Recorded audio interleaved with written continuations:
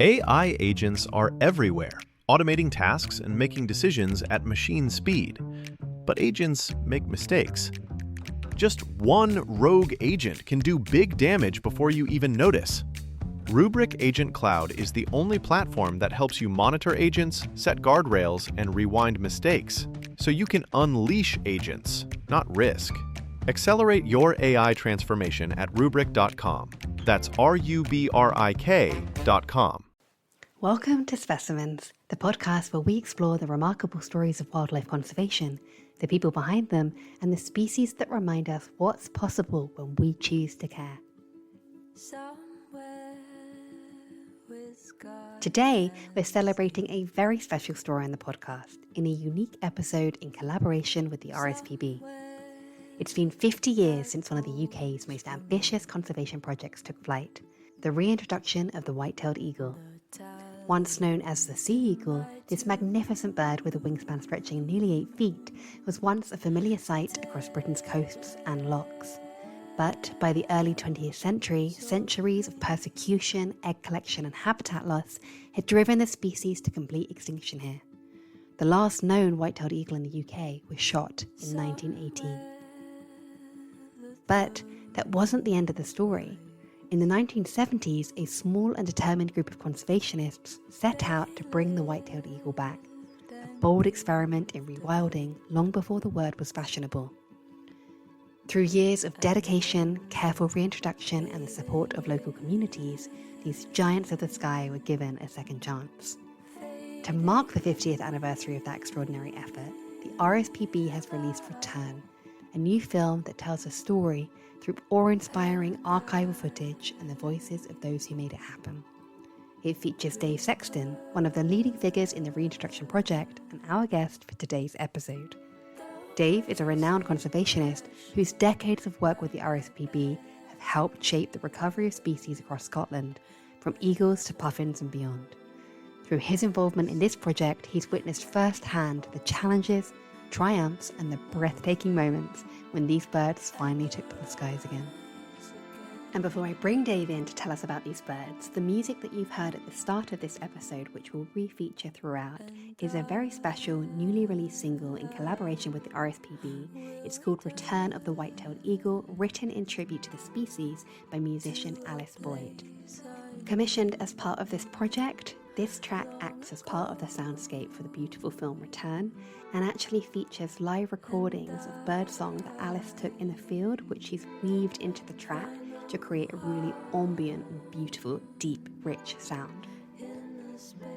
So in this episode, we'll talk about what it took to bring back Britain's largest bird of prey, how far the project has come, and what the eagle's return tells us about hope, patience, and our changing relationship with the wild.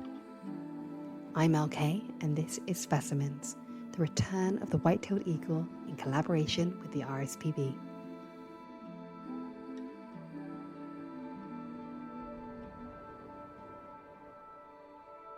Good morning, Dave. It's such a pleasure to have you here for this very special episode in collaboration with the RSPB. How are you today?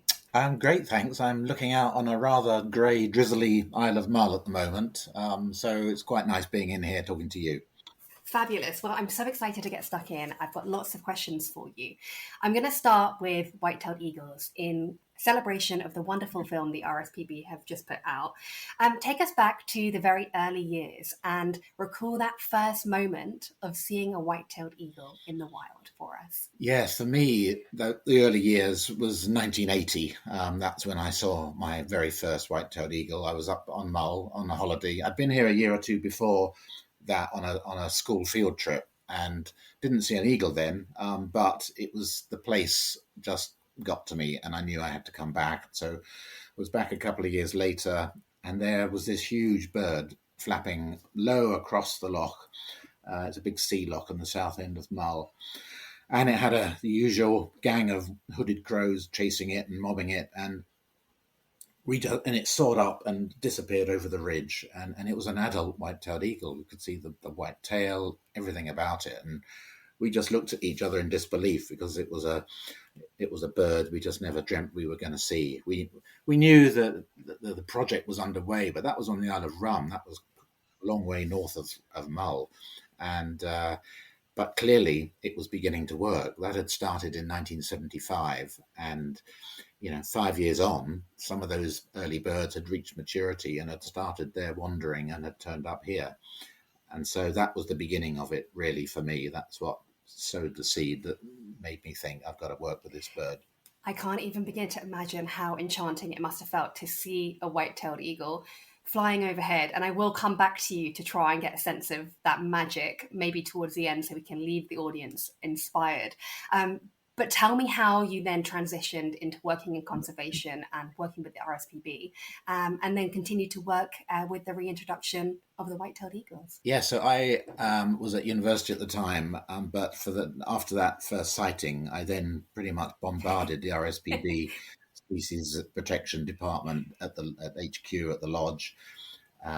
Two guys, Mike Everett and Richard Porter, were in charge of that, and I just was writing to them, really saying, please, if you ever need anybody to work on this project, please bear me in mind. And I had a couple of interviews and got another contract with the RSPB looking after little terns in North Wales, which was great. Wasn't quite my dream, so I kept on, and eventually they gave in. And in 1984, I got a contract, just a few months contract, to protect the first nesting pair that was establishing. And then I read on the letter it was on the Isle of Mull, which was just an absolute dream come true. And so in March of 1984, I set off up here to Oban and across on the ferry, met up with my colleague then, Mike Madders, and off we went to try and A, find the pair that was nesting, and B, come up with a plan of how we were going to protect the nest. That was how the job started. So take us through day by day. I imagine seeking out a white-tailed eagle nest is something of a challenge, but what were you doing sort of day by day? Was it mostly centered around the eagles, or were there other conservation jobs that kind of came into the fore as well? No, it was 100% eagles from dawn till dusk. But luckily, because I'd been here on holiday and we'd seen this two young birds hanging about around a particular area, I said to Mike, well, I've seen them over here. Let's go and check it out. And so that's what we did. And sure enough, straight away almost, there was this adult female and a sub-adult male. And we had a look through the wood, and there was the nest. And that's how it started, really. And we then started a 24-hour watch on that nest because we were worried all the time about egg collectors. Mm-hmm. It's incredible that, that was one of the reasons they became extinct in the first place. And here we were still worrying about that same problem. But yeah, we just then sat through wind and rain and everything that nature could throw at us for the next few months. And it ended in failure, I'm afraid, because the male was not fully mature. And so the eggs were not fertile. And so they sat throughout incubation, hoping it was going to hatch, but it never was going to. So that was a disappointing year, 1984. But we got ready for the following year, which was a big one. So move us straight into that. You say it's a big one. Let's get stuck in. What happened in the year preceding that failure? So, we'd been 10 years since the first releases, and I think people had started to worry and really think this is never going to happen. This should have worked by now. So in 1985, Mike and I were back with another RSPB colleague, Keith Morton, and a different site, but the same pair. They had moved and built a new nest in another location. And again, off we went on our 24-hour watches, and it was the wettest, midgiest, horrible summer, spring you can imagine. It was really grim. RSPB generously gave us a very old, leaky tent to sleep in, and we were there watching and protecting. And then finally, one May morning, we knew that the hatch date was approaching, but feared that the same thing might happen again. But then we could see the female getting quite fidgety on the nest, standing up, looking down, settling again, then up again. When she was on eggs, she just sat still for hours. But something was going on, And then finally, I got this famous message from Mike Madders on our crackly walkie-talkies. He had just seen a bit of the top of the head of a chick, and he said, "I think we're both daddies." There's a really beautiful moment in the film where it sort of recalls archival footage to give a feeling of that. So those listening, you'll definitely have to listen to that. And Dave, I want to talk specifically about how it felt kind of after that moment, the success of seeing white-tailed eagles in the sky. What did that feel like for you? How did that make you feel personally? Well, that first sighting was just absolute thrill and excitement because it was so unexpected, I think. But moving onwards, the next 5 years to that first chick, that was just quite overwhelming, really, to be there witnessing sort of nature conservation history in the making. This was a bird that had been wiped out entirely through persecution, so it was all our fault that it had gone.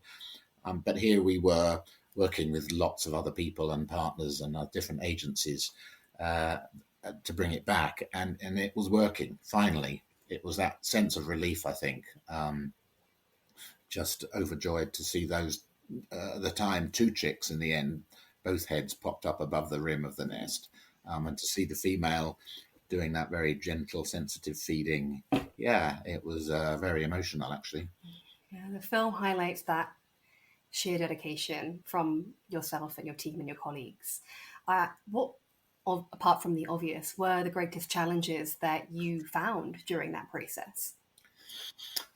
Well, there's the actual physical hard work of finding the birds. It's very rugged terrain, and they don't always make themselves obvious. You would think a bird with 8-foot wingspan, quite vocal sometimes, you would think they'd be easy to track down, but they can be very sneaky and tuck themselves away. So there are a lot of miles and walking to cover.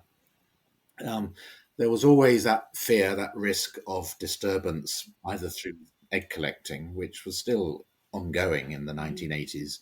And indeed, in subsequent years, we did lose clutches of eggs to these obsessive collectors who were not going to give up, I'm afraid. Thankfully, that does seem to have declined somewhat now. But also just, people walking and having a nice time. They don't mean to disturb things sometimes, but if it's the eagles nested in a particular spot that was quite near a footpath, they were going to get disturbed. So there was always that dread that, there's only 1 pair, then 2, then 3, but still a tiny population. If there was one failure from that, the whole thing could start to go downhill again. And so that was our biggest worry, I think. And how did you generate the support of local communities to get the trust in ensuring the success of the project? Yeah, that was difficult because in the early days, everything was so secret and everything had to keep quiet. So you couldn't really bring in the whole community at the time. Sure. In hindsight, that was probably a mistake because a few years later, admittedly, there were more eagles around then. So we felt happier about, telling the world. But it was actually, at that time, Strathclyde Police or Police Scotland who helped establish a project called Mull Eagle Watch, which actually opened up the whole thing and embraced the community and volunteers and said, actually, these birds are now beginning to make themselves a bit more obvious.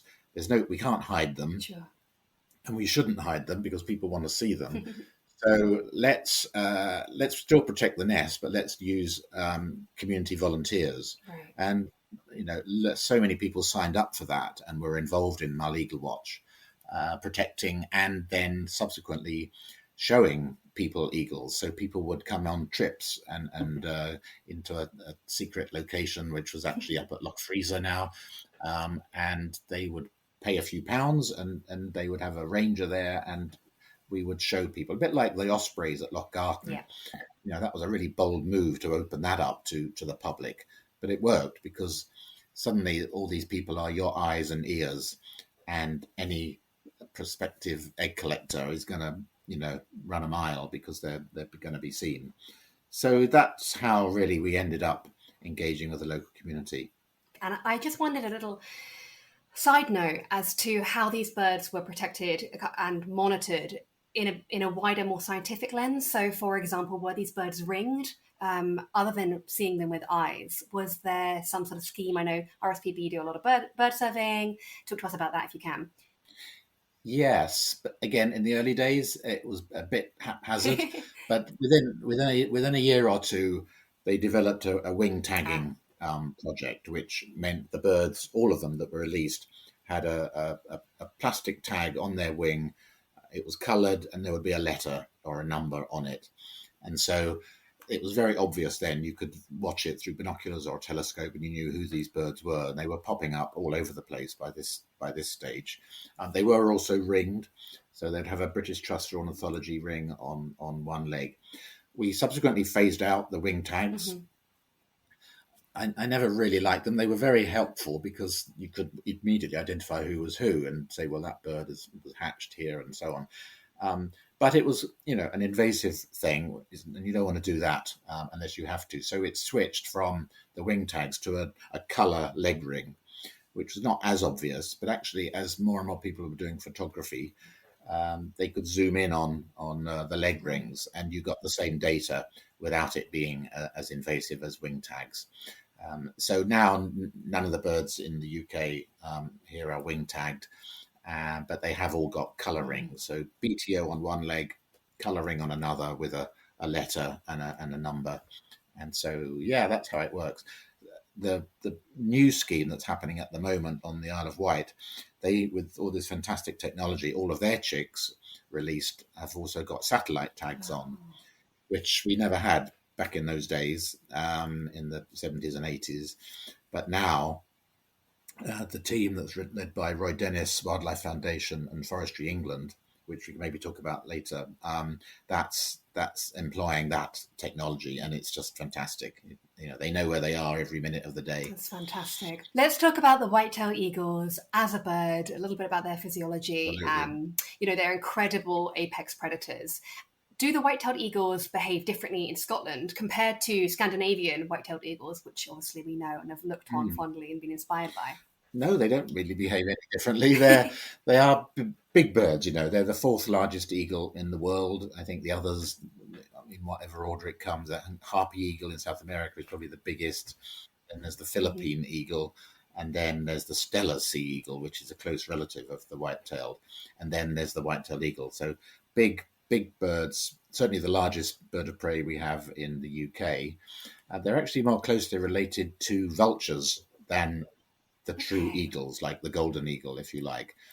They are quite different when you really look at them side by side. The massive beak on the white-tailed eagle, no feathers on their legs, which is a bit like the vultures, because they often, they're such big carrion eaters and scavengers that when they're standing around in a smelly, rotten carcass, they don't want their feathers getting all mucked up. So things like that, and actually the whole profile, when you see one floating across, these massive broad wings and big head, they do look like a vulture. And they're 5 years old before they're fully mature.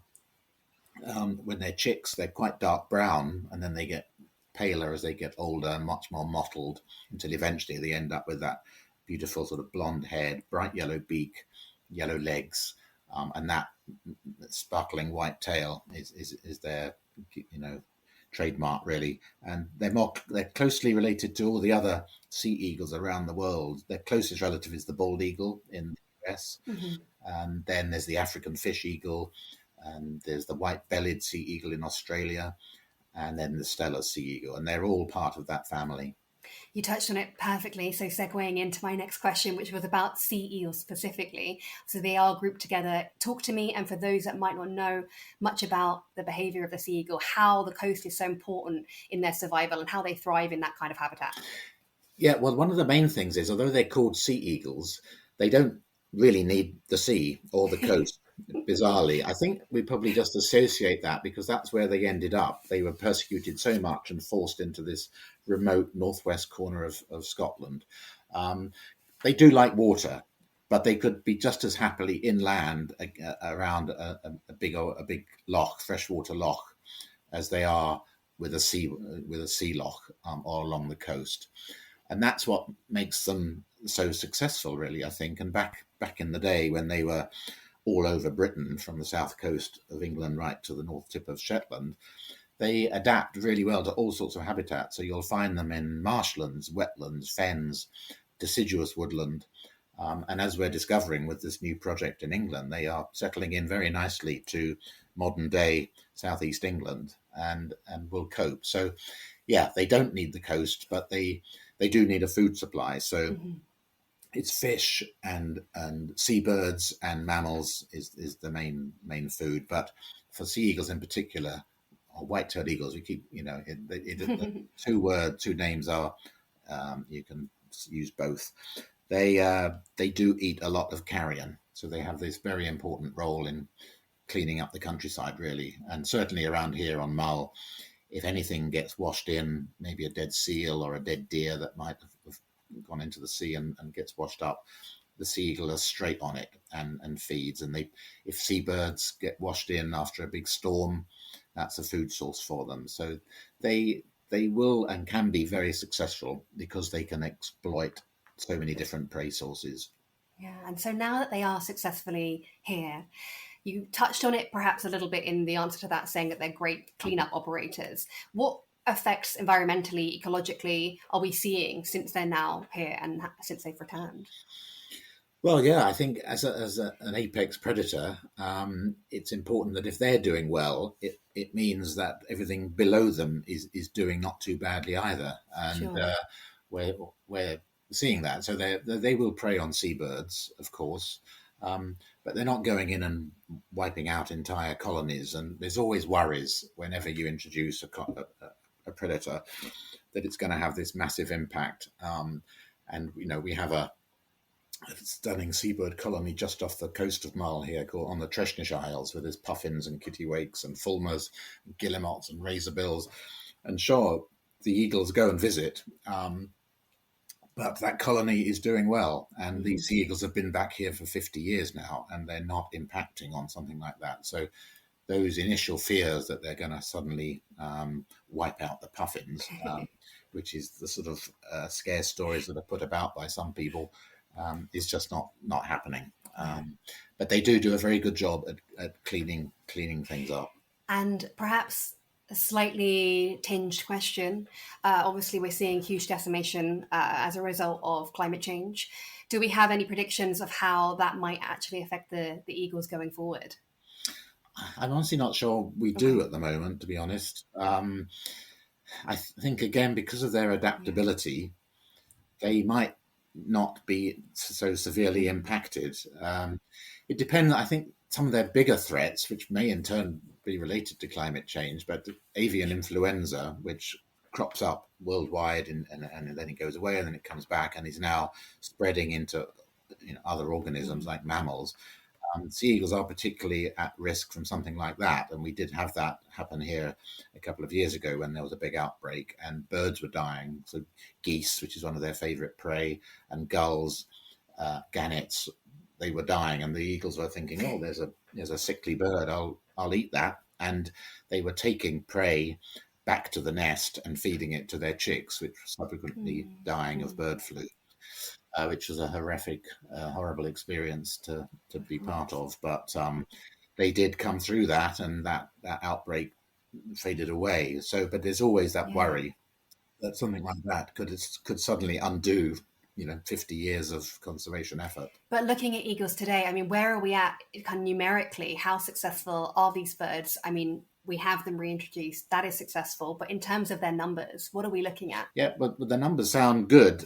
They're a long way short of where we should be, but there's about 200 pairs now across Scotland.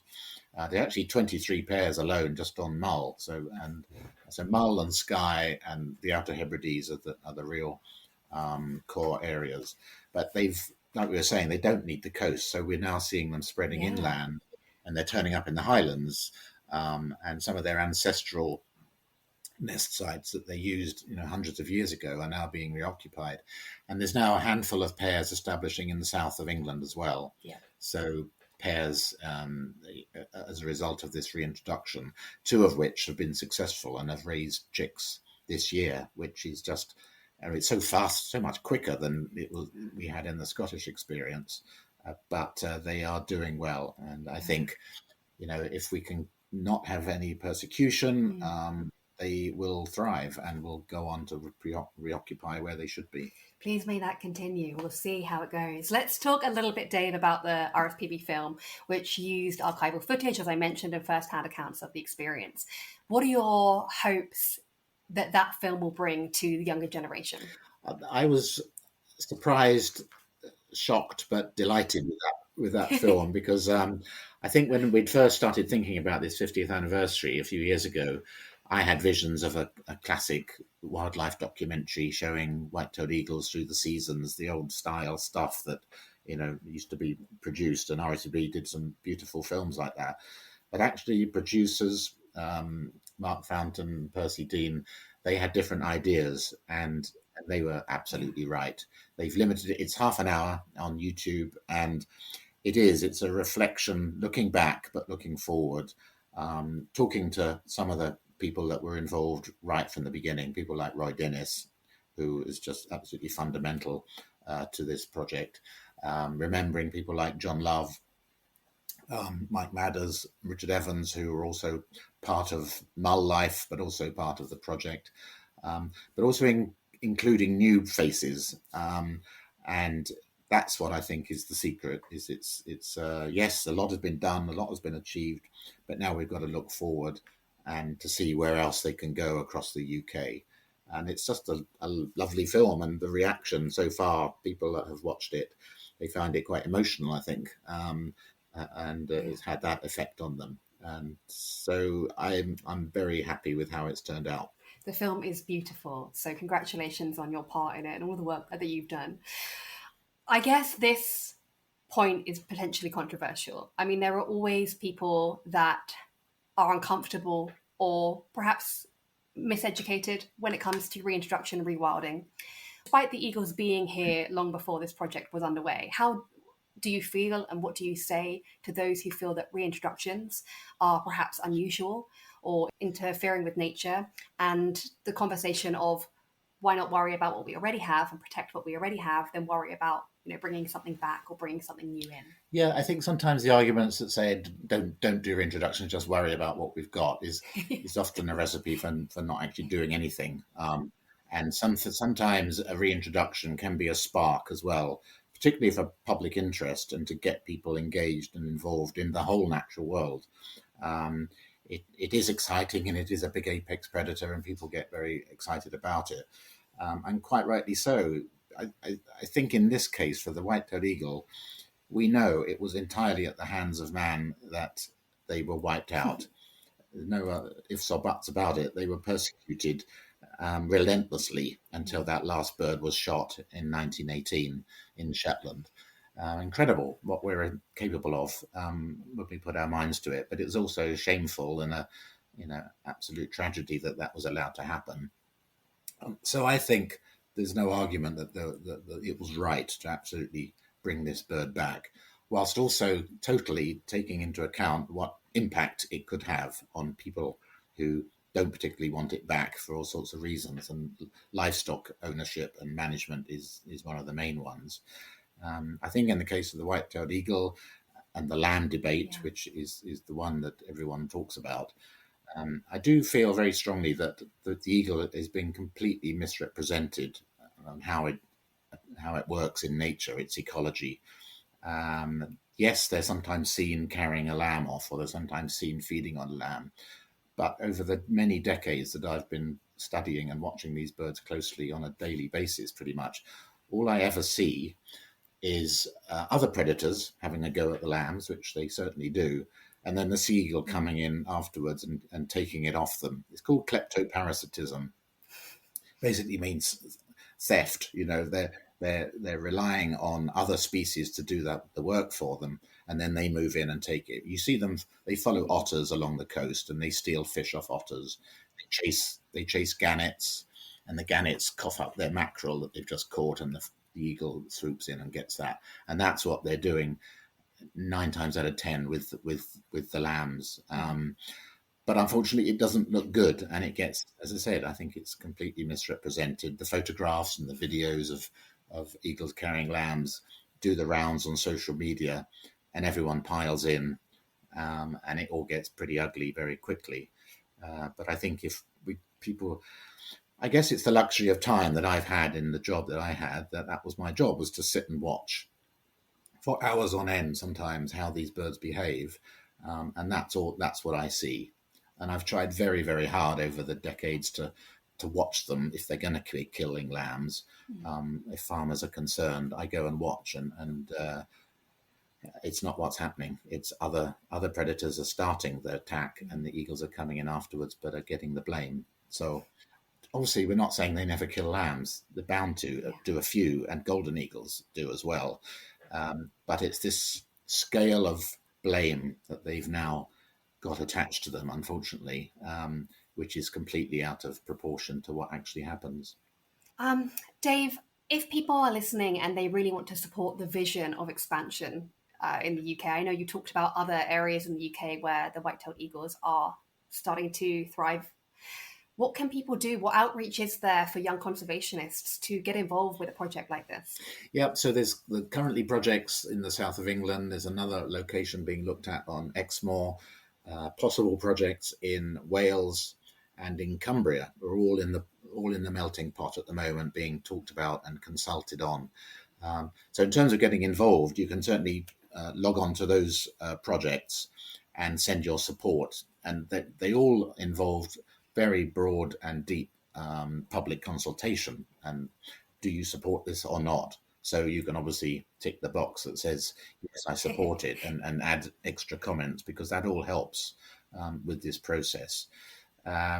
You can, in terms of just getting involved in wildlife conservation and working with the likes of the RSPB, but other amazing wildlife charities as well, they all have volunteering programs. And getting involved as volunteers on nature reserves in particular is a great foot in the door.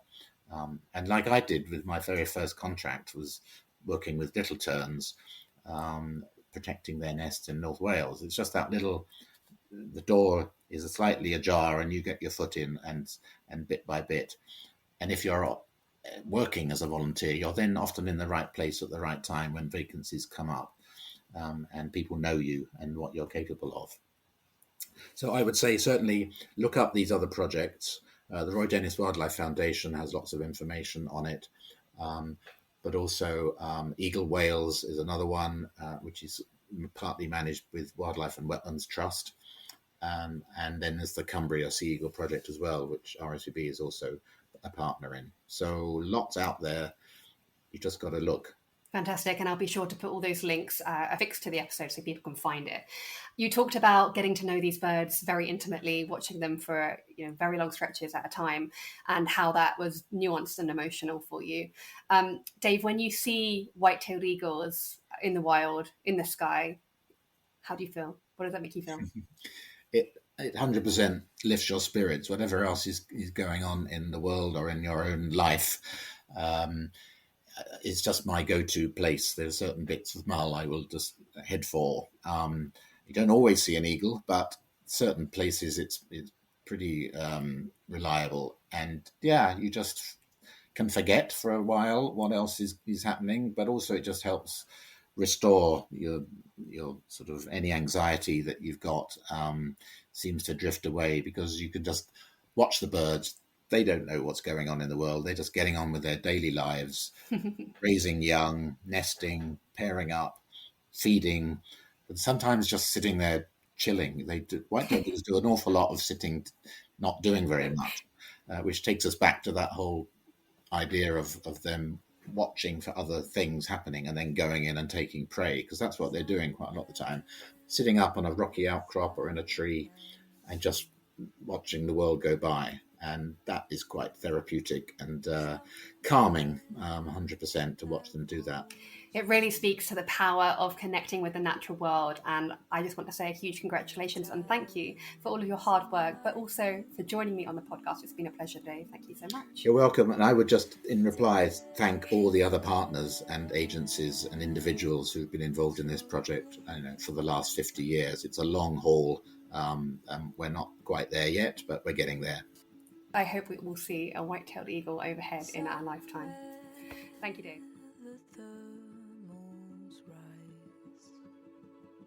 A thank you to the RSPB for inviting me to host this episode, and if you would like to watch the film, just go on YouTube and type Return, the White-tailed Eagle, or go on the RSPB's YouTube channel and look for the film Return. For more information on this project, have a look at the additional reading that I've attached in the show notes, and if you'd like to leave a review for this podcast, I'd be so grateful. It really helps with visibility. You can find the link to do that in the show notes as well, and all the places to find me and follow me and get in touch. Until next time, I will be taking a little break for the rest of the year, coming back with season 3 with some absolutely incredible conservation voices, so I really look forward to that. And in the meantime, take care of yourselves. I wish you peace, and I'll speak with you soon.